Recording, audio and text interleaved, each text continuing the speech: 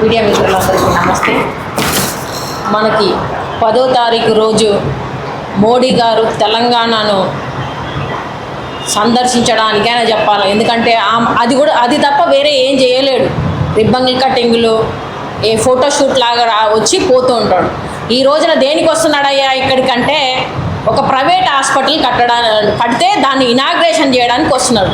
మనము పిఎంని ఎందుకు చూజ్ చేసుకున్నాము? దేశ ప్రజలందరూ వచ్చేసి ప్రజలకు ఏమేమి కావాలో నిత్యావసర వస్తువులు కానీ ఇంకా దేశంలో ప్రజలకు ఎలాంటి అవసరాలు వాళ్ళకు అందుబాటులో ఉండేటట్టు ఒక ప్రధానమంత్రి ఉండాలి. కాబట్టి మన అందరం 40 రూపాయల పెట్రోల్కి ఏంటిది 40 రూపాయలు పెట్రోల్ ఇస్తా అన్నాడు 60 రూపాయలు ఉన్నప్పుడు. దానికి ఓటేసాము. నల్లధనం 15 లక్షలు వచ్చేసి ఒక్కొక్కరి అకౌంట్లో ఇస్తున్నాం. మస్తు నల్లధనం ఏంటిది స్విస్ బ్యాంకులలో ఉంది. ఈ ప్రభుత్వం కాంగ్రెస్ ప్రభుత్వం మోసం చేస్తుంది అని చెప్పేసి మనతో ఓట్లు వేయించుకున్నాడు. అదేవిధంగా బేటీ బచావో బేటీ పడావో అని చెప్పేసి ఒక నినాదాన్ని తీసుకొచ్చాడు. అదేవిధంగా ఇంకా ఏం చేశాడు? రక్షణే లేదు ఇక్కడ, వీళ్ళు వచ్చేసి మొత్తం దేశంలో అల్లర్లు సృష్టిస్తున్నారు, నేను వస్తే శాంతంగా చేస్తా అని చెప్పేసి అన్నాడు. సో ఇవన్నీ చెప్పి ఈరోజు చేసింది ఏందయ్యా అంటే గుండు సున్నా ఓన్లీ అదానికి అంబానీకి ఒక ఇద్దరు కొంటున్నారు, ఇద్దరు అమ్ముతున్నారు. వాళ్ళు ఎవరంటే అదాని అంబానీ వచ్చేసి కొంటున్నారు, మోడీ అమిత్ షా వచ్చేసి అమ్ముతున్నారు దేశాన్ని. అందుకే ఈ రోజున వచ్చేసి మొత్తం దేశంలో ఉన్న సంస్థలను గవర్నమెంట్ సంస్థలను అన్నింటినీ మేము ప్రైవేటీకరణ చేశాము. సో అందరికీ సంతోషపడండి అని చెప్పేసి తెలంగాణలో చెప్పుకోవడానికి వస్తున్నారు. తెలంగాణలో పోయినసారి వచ్చేసి బడ్జెట్ 0 కేటాయించినందుకు అమిత్ షా వచ్చేసి తెలంగాణలో నేను మంచి పని చేసినా నాకు సప్పట్లు కొట్టండి అని చెప్పించుకోవడానికి వస్తున్నాడు. ఈ రోజు వచ్చేసి ఏంటిది కరోనాలో సప్పట్లు కొట్టించుకున్నాడు.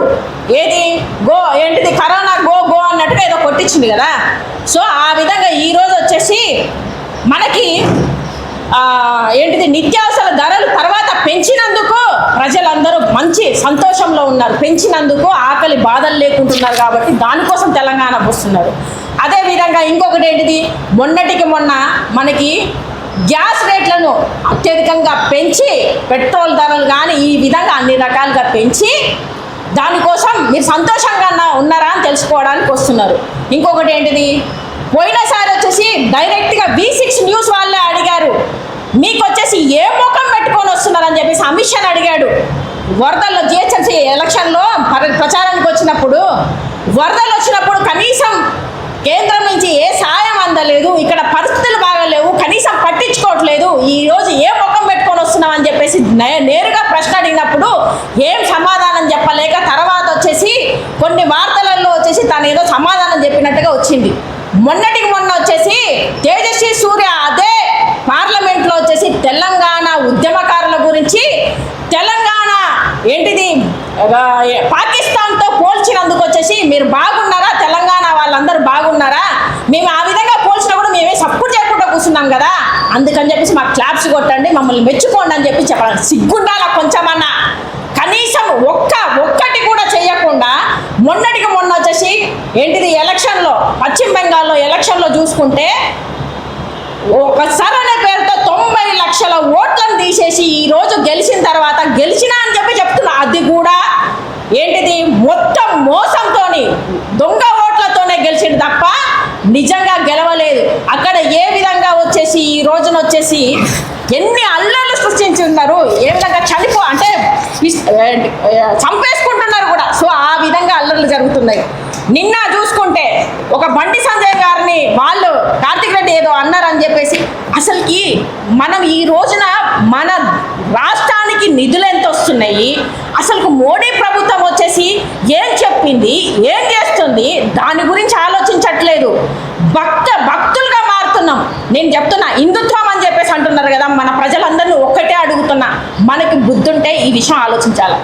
ఒక మనిషి తల్లి చనిపోతే కనీసం వచ్చేసి తల వెంట్రుకలు తీపించుకోకుండా ఉండి అదే మళ్ళీ అయోధ్యకు వచ్చేసి రాముణ్ణి పట్టుకొని అక్కడ వచ్చేసి దాన్ని ఇనాగ్రేషన్ చేస్తాడు. అలా ఎక్కడైనా చేస్తారా? మన హిందుత్వంలో ఏ సంప్రదాయాలలో ఉన్నదా? మరి దేశ గురువు అని చెప్పేసి అన్నప్పుడు మరి ఇలాంటి కామన్ సెన్స్ లైసెన్స్ లేకుండా ఇలా చేస్తే మనం భక్తులుగా ఎందుకు మారాము? అసలు ఎక్కడికి పోతుంది? మనం నిత్యావసర వస్తువులను ధరలు పెంచడానికా, ప్రభుత్వ ఆస్తులను వచ్చేసి ప్రైవేటీకరణ చేయడానికా, లేకపోతే దేనికోసం వచ్చేసి నేను ఎంచుకున్నాం? ఈ రోజున ఈ ప్రభుత్వం వచ్చిన తర్వాత దగ్గర అమ్మాయిలు అండ్ ఆడవాళ్ళు కనబడకుండా పోతున్నారు, మిస్సింగ్ కేసులు అవుతున్నాయి. ఎందుకు ట్రేస్ చేయలేకపోతున్నారు ఈ ప్రభుత్వం వచ్చిన తర్వాత? దాన్ని ఎవరైనా ఆలోచిస్తున్నారా? ఆలోచించట్లేదు. ఎప్పటికప్పుడు ఓన్లీ అంధభక్తుల్లాగా వాళ్ళని వచ్చేసి మోడీ ఏమన్నా మీ జేబులని, ఆయన జేబుల నుంచి మనకు పెట్టట్లేదు, దేశానికి పెట్టట్లేదు. మన ట్యాక్స్లని మనకి కాకుండా అదాని అంబానీకి ఇలాంటి ఈ రోజున ఇంత ఎండలు కొడుతున్నాయి, ఇంత ఈకో సిస్టమ్ దెబ్బతింటుందని చెప్పేసి కొండలు అడవులు అన్నిటిని నరుక్కుండా అలా కట్టబెడుతున్నాం. మరి ఈ రోజున ఎవరన్నా ఆలోచిస్తున్నారా? ఆరావళి మొత్తం అవన్నీ కూలగొడుతున్నారు, గుట్టలన్నీ కూలగొడుతున్నారు. వాళ్ళందరూ అక్కడ ప్రొటెక్ట్ చేస్తున్నారు. ఇవన్నీ మన దాకా రావు. ఓన్లీ ఇక్కడ మోడీ భక్తులుగా మాత్రమే ప్రజల గురించి, మన తెలంగాణ గురించి ఆలోచించకుండా మనం ఇట్లా గొడవలు పెట్టుకొని హిందూ ముస్లింల కాకుండా ఇప్పటికైనా ప్రజల ఆలోచించేసి రేపు పొద్దున మనకు తెలంగాణకు మన బడ్జెట్ ఎంత వస్తున్నది దాని మీద కావాలా? రేపు పొద్దున వచ్చేసి మనందరం తెలంగాణ ప్రజలందరూ అడగాలి.